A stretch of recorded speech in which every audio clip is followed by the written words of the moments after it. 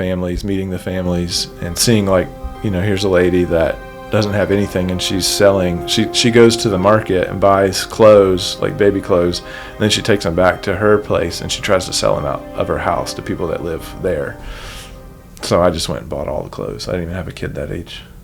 I just bought all the clothes. I don't even know what I did with the clothes, but I bought them all.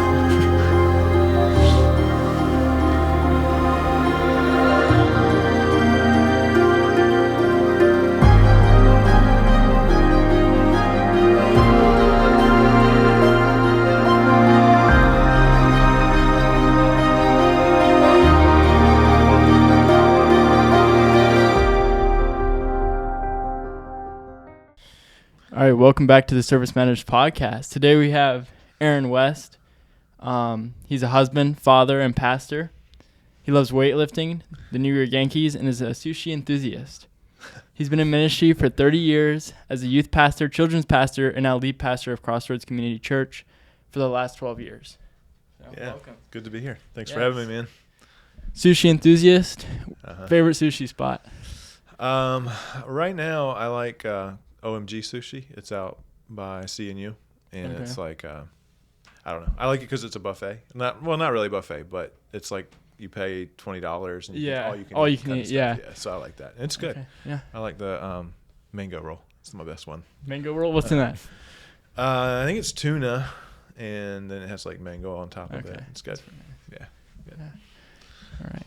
Well, we're going to get in, and if you could just like describe your story. And if you had to just tell someone quickly your story of your life, how would you go about that? Let's see. I was born. No, don't go that far back. So I was born over in Gloucester, grew up there, and had great family, great parents, and all of that.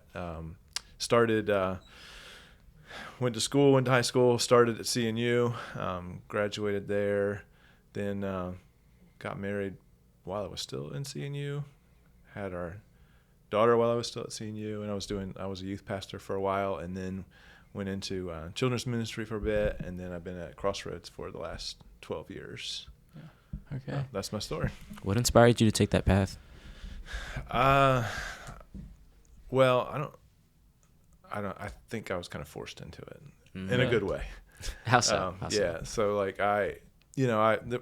there were a lot of things I wanted to do with my life, but I don't know that they were the right things to do. So like for a while, I felt like, I wanted to get married, wanted to make money, wanted to have a job, wanted to do all of that. But something kept pushing me and pulling me back to ministry and being part of churches and all of that. And in fact, one day I had actually gone to the shipyard and applied and all that and was going to go work there.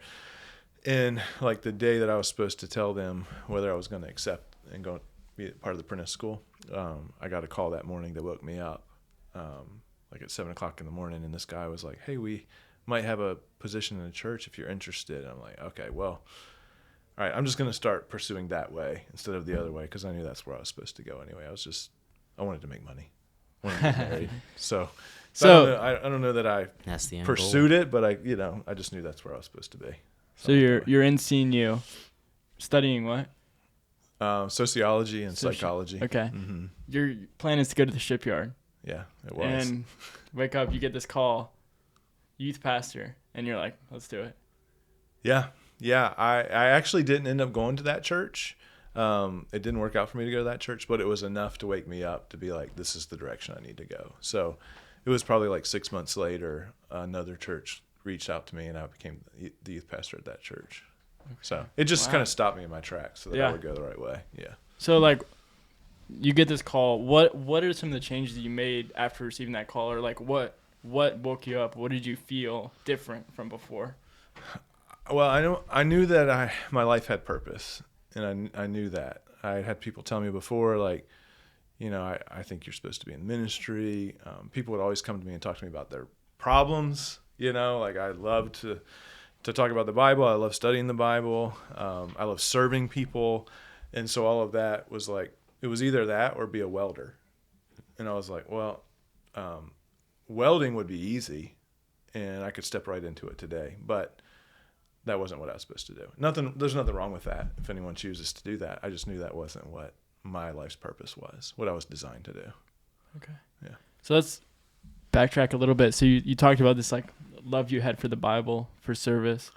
Where do you think that kind of stems from? Having that at a pretty young age.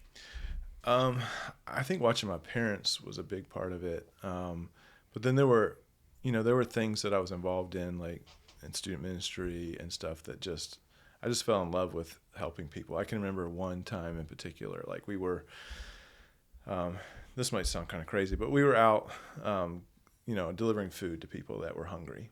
And we had specific families like that we were supposed to go to.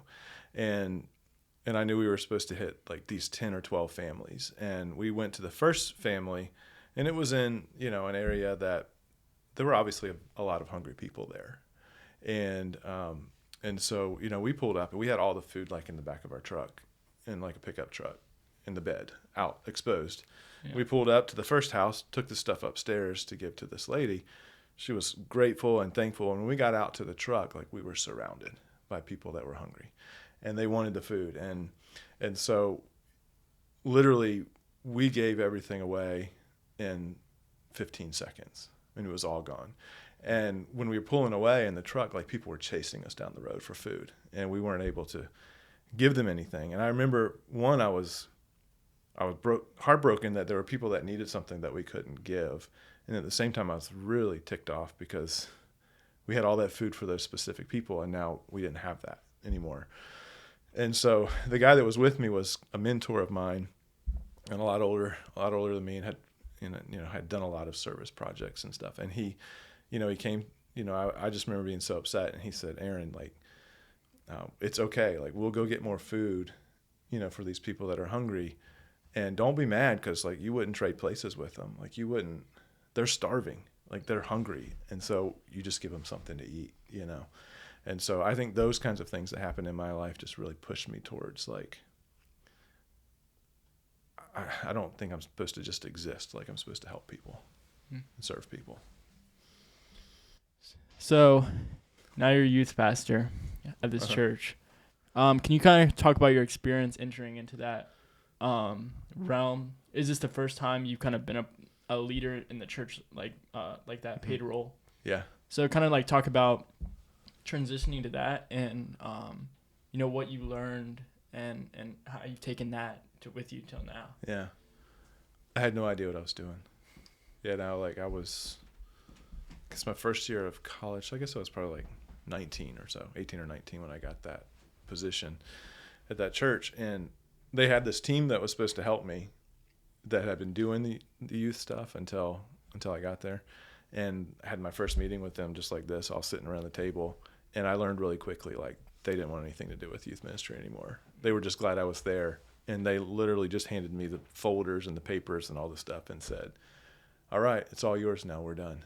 And so I just learned from experience. I just had to do it. The first event that I did for student ministry, I had one young man come to it, and that was it. And I remember thinking, I'm just going to cancel it. It's just one guy in the parking lot besides me. And I was like, no, I'm not going to cancel it. Like, so it was a softball practice. And it was one person other than me. So I'm like, well, we don't even have a team, but this guy showed up. So we practiced together. And like, literally, he's still one of my best friends now. Really? He's married, has his own kids and all that stuff now, but it built a relationship between us because I didn't just say, go home, we'll try again later. Like, we spent time together that day, and it was great. So I just learned by experience, just one step at a time. Wow. Yeah. So where did that position come to an end? Or where did you move on to? And how did that happen? I got fired. No, I'm just kidding. So I wanted to stay at that church forever. I loved that church. But that church was very specifically just wanted somebody that was kind of in college, that they could pay just a little bit of money to kind of do it. And through my time there, I got married, and then I had a daughter. And so I was kind of in this place where, I had a family to take care of. And so I went to them and I was like, hey, can we, is there any way that I can come on full time rather than part time? And they're like, no, we can't do it. And so I stayed there for a little bit longer, but eventually I had to I had to get to a place where I could take care of my family too, Yeah. as well. But so I ended up going over to another church in York County, which your dad was there with me too when I got there, and yeah. Well, it seems like you kind of had a bad experience at this first church. No, it was great. Listening to it. No, it was great. It was great. So, what was the role that you came in? Was it youth pastor again when you went to the new church? I was doing children's ministry. Okay. Children's pastor, yeah. How would you say that differed from what you did before? Or how did you approach it differently? Yeah, it was a bigger church, and so my leadership style had to be more like doing youth ministry. I was kind of just doing everything. My wife and I were doing everything, and that church was bigger, so I had to kind of step into a different leadership role where it was like, executing things and having, training people and mentoring people to be able to do the things that I would have done before, because we had, I don't know, probably 140, 150 kids at that church. Oh, wow. So it was a pretty big church. Yeah. What was like the demographic of that? Like, what age group was like the most, and how did you like kind of reach out to the kids? Because I know that you got to work different with them. So yeah, the demographic at that church for kids was nursery, like 0 age, all the way up to 5th grade. And so it was a lot of work with parents and stuff too there. How do you think the service you were doing at these churches compared to the service you did? You gave the example of when you were handing out food. How do you think those two things connect? And do you think those are like different types of services, or do you think that's like the same and like the feeling that you get from that? Yeah, I think those were similar, but I think over time, like, as I grew and really developed more about who God created me to be, the way that I served people changed. I think for a long time in my life, like, I thought everything that you did serving people had to happen inside of like the church walls. And then as I've grown, and even in the church that we're in now, like we look at it very different. Like we want to serve. Obviously, there is service that's done inside the walls, but we reach out way farther than that. I came to a place at one point where I thought, like, if the church that I'm serving at if one day it closes, or we just we just can't do it anymore, we move somewhere else, will the community around us be like, there's a hole here now, like this church really served us and loved on us, and now they're missing in our life. And I've even taken that beyond that to say, like, that should be the case with every person, like even all of us. Like, if you move, when you graduate high school, like, there should be a hole there, a hole that's left. It's like, like Reagan's not at high school with us anymore, and we miss him as a person, but man, he invested, he served, he loved the people, and now he's gone. Or if your family moves out of the area or whatever, like out of your neighborhood, does your neighborhood even notice, or it's just another house that goes up for sale? Or do they say, man, those people that lived there just really cared for us and loved our neighborhood and served us? Can you talk about how, as a youth pastor and as a children's pastor, you tried to create that? Or if you left, that hole would be created. How did you try to do that? And even in your personal life? Yeah, I don't think I did very good at that point in my life. I think I've developed and grown in that. So, as I've gotten older, like, people, at church, a lot of times churches, people serve at a church. Like, they'd say, hey, we're going to do this event or whatever. And then people come to the church to do it. And I just think that that's a shame that people drive out of their own neighborhoods and drive miles away to go serve somewhere else when you could serve right there in your neighborhood. So the things that we try to do now is, like, if we serve in the school, which we do, we serve in the schools a lot. In other areas, like, those are just to whet people's appetite so that they'll want to serve somewhere else and closer to home. So if we do something in our school, because you have to show people what it's like to serve. Once they experience it, they're like, man, this is what life's all about. And then they should go back to their own schools and their own areas and serve there. So if we do like a teacher's breakfast, which we're doing in just a couple weeks, like for teachers, 3 or 4 different schools in our area, I guess my hope would be that the people that serve there with us would then say, you know what, like, I could just take breakfast to the teachers at my school, or at least the teacher of my kids, you know, and just serve them that way. So, moving on from children's pastor, what was your next step in your professional life at churches? I took Crossroads, moved to Crossroads after that, and I've been there for 12 years. Can you talk about that transition and how that came about? Yeah. That church that I was involved in went through a lot of really tough stuff. And my wife and I wanted to leave a lot, but we stayed. And we stayed until the church got better and to a healthier place. And then, we just kind of said, now's the time for us to consider moving. The church is in a better place now, so it's time for us to move and kind of take a step in a different direction for us. And so we just watched and listened, and I didn't throw out my resumes in a whole bunch of different places or anything like that. But Crossroads was on my radar, so I sent my resume to them, and then not too long after that, I was there. Wow. Yeah. What led you to stay, even during these hard times? I couldn't abandon them.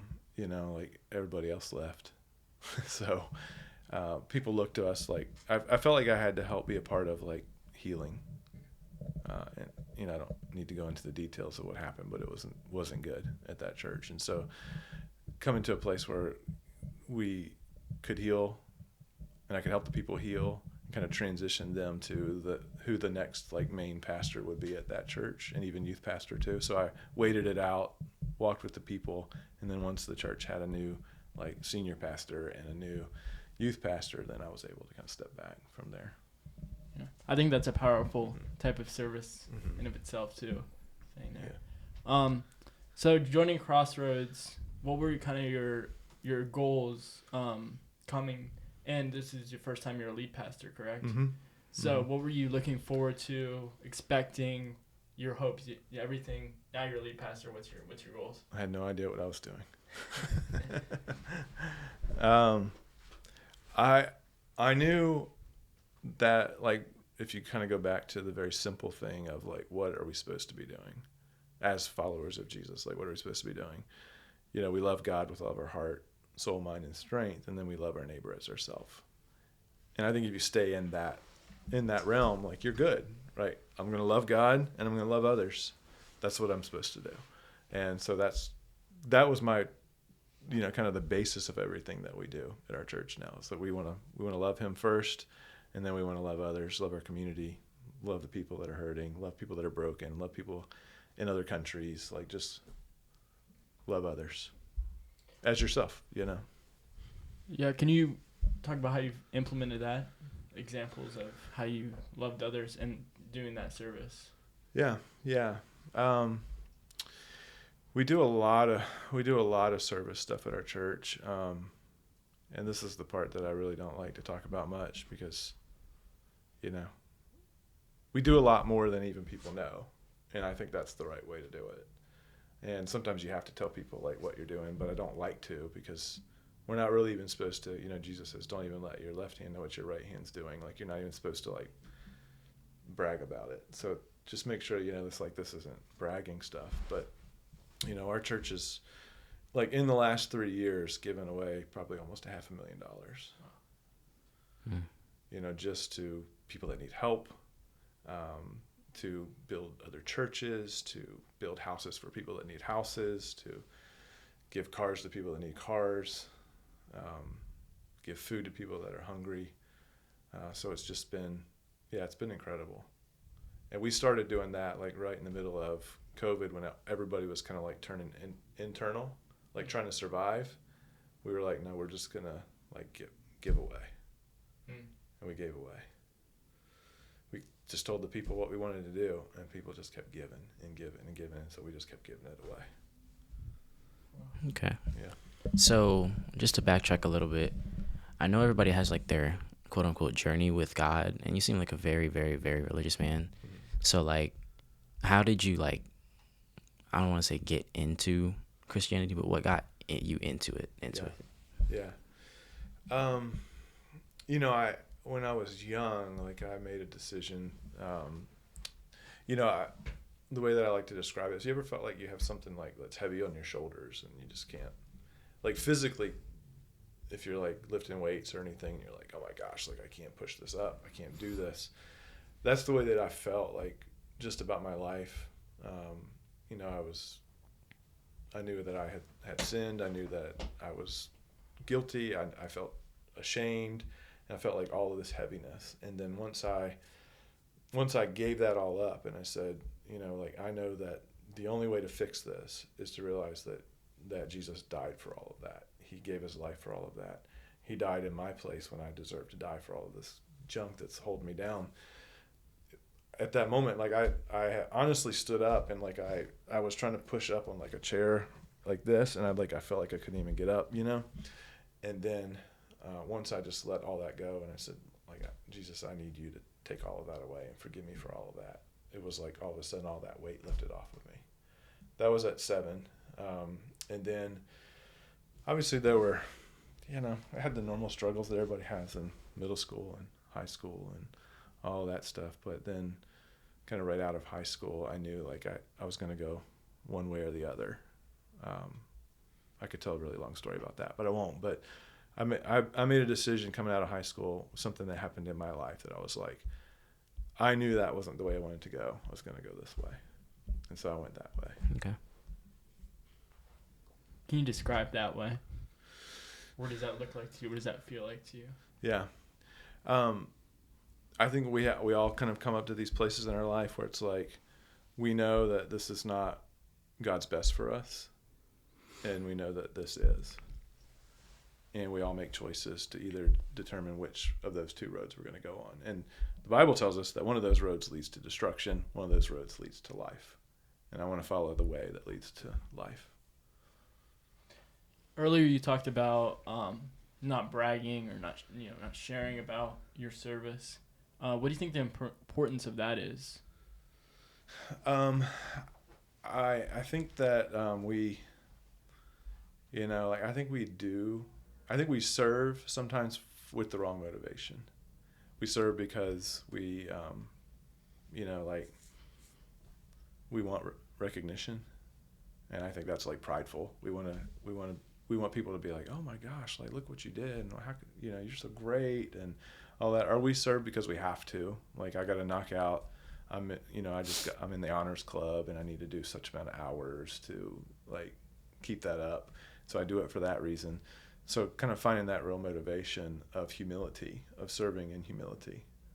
That's where I try to lead my way. Can you describe the difference between someone serving because they need to get their hours in versus someone who is serving because they truly want to help and truly care? What is that? What is it like the feeling? How is that feeling different between the two? I think the feeling is that when you serve with the right motivation, it changes your character. It changes who you are. If you're just trying to do it to like knock it out, then it doesn't really change you because you're just trying to check a box. But I think probably all of you have been in places where like you serve somebody, you do something for somebody, and you realize like, I helped that person, but that what just happened was better for me than it was for that person. What just happened you know what I mean? Like I've grown. You realize like, in times where we've been like in other countries and help people, you go there and you think, I'm going to Nicaragua and I'm going to help all these people. And then you realize that those people actually helped you grow, help build your character, helped you see things that you didn't see. Like, people that have nothing are happier than people that have everything. Could you describe your character development through service? You can talk about the Nicaragua trip. Yeah. I think that's a big one for me, is that I think a lot of times like we're like Americans, so we think we're going to go fix everything. And then you get to a place like that and you realize like you bring all these toys and stuff, because we think that's the stuff that makes us happy. And then you get out there and you realize, like, these people are happier than we are, and they have nothing. So you realize, like, all of the stuff doesn't make people happy. And then you get back home and you're like, this is all just stuff. Like, I need to minimize my life. Like, I need to get rid of this stuff because it's not making me happy. And maybe the reason why my kids aren't happy is because they have too much stuff. Maybe the reason why people in our church aren't happy is because they have too much stuff. And so it develops your character in those ways. You learn those kinds of lessons when you're out doing work like that. So after learning these lessons, you talked about the stuff. What changes did you make in your own life? How did that affect you? What did you do differently? Yeah. I did try to minimize. That lasted about a year. Then I went back to Nicaragua and did it again. so I keep thinking about it all the time. I remember coming back. Like, I took my daughter there with me one time, and we got back. And, I mean, her life was just so shaken by all of it that when she got back, like, she had driven her car to the church, and I drove my car to the church to leave. And she called me on her phone when she got in the car, and she's, like, crying. I'm like, what's wrong with you? And she's like, I have a car. I'm 16 years old, and I have a car. And people are starving, People are hungry. People have nothing. And so, yeah, you just learn those things as you go along, and then you make the changes as you see them, and you keep trying to stick to them, because it's hard not to get back into, like, the everyday life that we live, Mm-hmm. So in one way, like, we have, we've picked up some families there that we really care for, and we take care of them. Like, we send them stuff that they need, clothes. We make sure they have medical care. We make sure they have food. We make sure they're in school. We make sure they're in church, and we're helping them with all of those things because, it just keeps you focused on what you need to be focused on, So when, like, Christmas comes around, we spend, we want to spend as much money on our kids that live in Nicaragua as the ones that live in our house, Yeah. I think that concept of truly caring is really important. Could you talk about that a little bit, about what that means to you, about what that is, truly caring about someone, even as much as your own children, in some cases? Yeah. You just got to look them in the eye. When you look them in the eyes, like, it just does something to you. I mean, I remember being out with your dad doing, handing out turkeys at a school in Newport News. And we gave out all those turkeys in what seemed to be like 20 minutes. And you can just see, here's the turkey, here's the turkey, here's the turkey, here's the turkey. But when you actually look the people in the eyes and you see their kids, and I don't know, you just have to go all in when you do it and truly care about the people. Again, it can't be just, I want to feel better about myself because I gave out turkeys at Thanksgiving. You're making an impact in this family, like, and try to, talk to them and ask them how their life is and what are they doing, and if you can pray for them, and, like, just hearing their stories, makes all the difference. Was there anything, like, notable that happened in Nicaragua?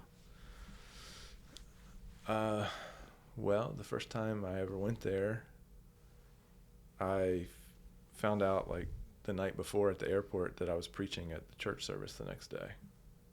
I had never done that in another country before.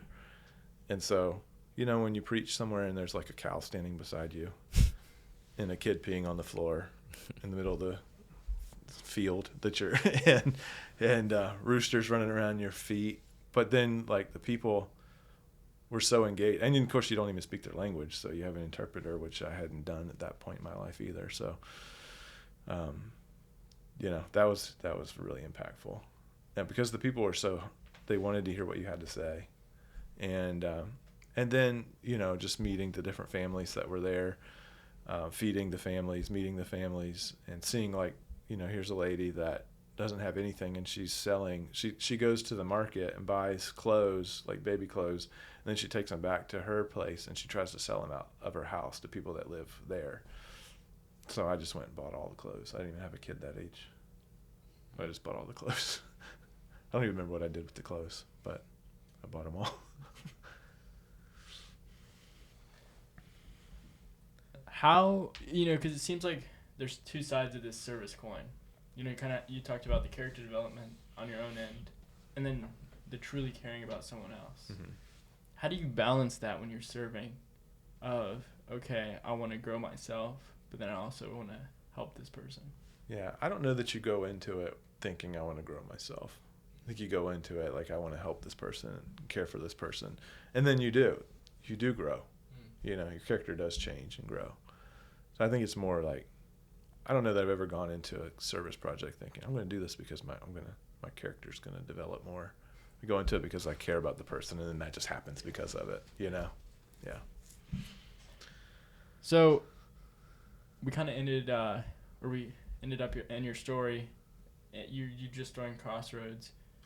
What happened after that? Your next 12 years, could you give us a rundown? What happened? You already kind of talked about it, the Nicaragua, maybe to others, but yeah. I mean, it's been great. I mean, the church has grown a lot. It's kids that go to our church grew a lot. Like a couple of y'all that are in the room grew a lot. But I think that one of the most impactful things that happened at our church was when COVID hit here, because it was like that. I don't know. Everything changed. We couldn't meet together. Churches were closing like all over the place because financially they started struggling, and the people wouldn't come back and all of that. And I just took that as an opportunity to almost like redo or renew our church. And so we did a few things like start giving away stuff. And then even, finding other churches that we could partner with, that could be, like, I'm sure you guys remember, like in June of 2020, there was all of that racial stuff that happened, and George Floyd and all the things that were happening there. And I kept seeing people doing podcasts, like talking about it. And I was like, this is junk. Like, I'm tired of talking about it. Like, let's just do something about it. And so we just went and found a church that was very different than us. Our church is, in York County, so it's mostly white people. But just said, hey, we want to do something different. So let's do something about it. So we went and found a church in Newport News, Calvary Chapel, Newport News, and just became good friends with them. And they're literally some of our best friends now. And we do stuff together all the time. We serve together. We do Rise Against Hunger together, which build food bags. We celebrate Good Friday together. We meet and pray together. Their pastors are some of our best friends. And hopefully other people came out of those things too and said, hey, this is an opportunity to change, to be different, to be better because of it. And not just kind of say, let's make sure we survive. But we've got this opportunity in front of us. What are we going to do about it? Can you talk about your relationship or expand on your relationship with Calvary Chapel? Yeah. We meet, I go there at least once every other week just to meet with their staff and pray with them and spend time with them, have lunch with them. We started, I'll tell you how it all, started. I went over there and said, hey, can we just be friends, with you all, do stuff together? And they were like, yeah, we would love that. And so they started doing what was called Unity in the Community, and they started inviting all these different churches to come together for prayer and for worship. And at first, because of everything that was going on in our states at that time, tons of churches were a part of it, but slowly all of those churches backed away. And then it was just the two of us, and we just stayed there together. So we spend lots of time worshiping together, praying together.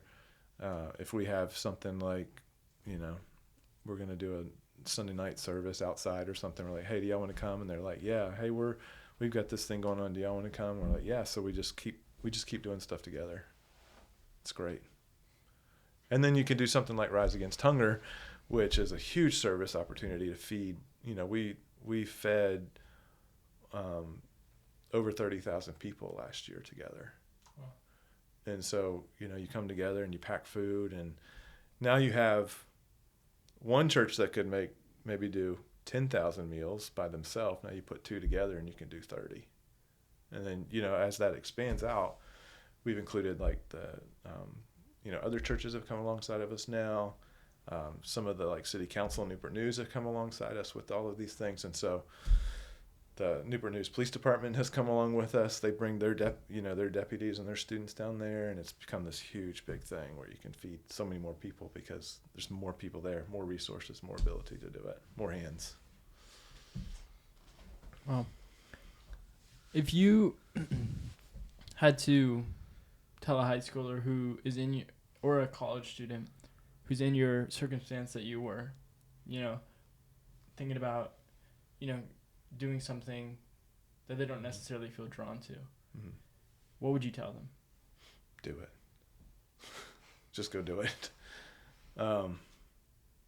Yeah, just go do it. I mean, I think if you just listen for a second, you'll start hearing all of these opportunities where you can serve. You just have to get outside of your screen, get outside of your my sports, my life, my school, my friends, my everything. Get outside, start listening to what people are talking about. You'll start picking up on where you can jump in and help people. If you wanted to start somewhere, I would suggest go to the school. Go to the school and just say, hey, I'm not here to get hours for a club. Is there anything that I could help you do? I could tutor. I can, you know, sweep the floors, whatever. I'll do whatever you need me to do. And I loved doing that when I was in high school. I loved going to the schools and tutoring. Just go to elementary school unless you're really smart. Go somewhere little, because everyone can do the elementary stuff. But you know, I don't think I could tutor at high school, but I can go to elementary school. 5 plus 5, go. 10. Within the 30-minute mark. So. All right. Well, we'll go ahead and wrap it up. Okay. So the final question we ask all of our guests, we have this concept of the service way. Okay. You got to sign. Yeah. So what is the service way to you? If you had to encapsulate it all, what is the service way to you? I would say humility. You know, just lowering yourself and being willing to serve others and not necessarily doing it for show. You know, just remaining humble to opportunities that come in front of you and just serving those places. And if you're humble, those things will happen. They'll pop up. You'll see it. And then when you do it, you don't have to tell everybody about it. You just do it. That's great advice. Thank you. Mm-hmm. Yeah, thank you, Aaron. We Yeah. appreciate you Absolutely. coming and Service Matters podcast. It's good to be here.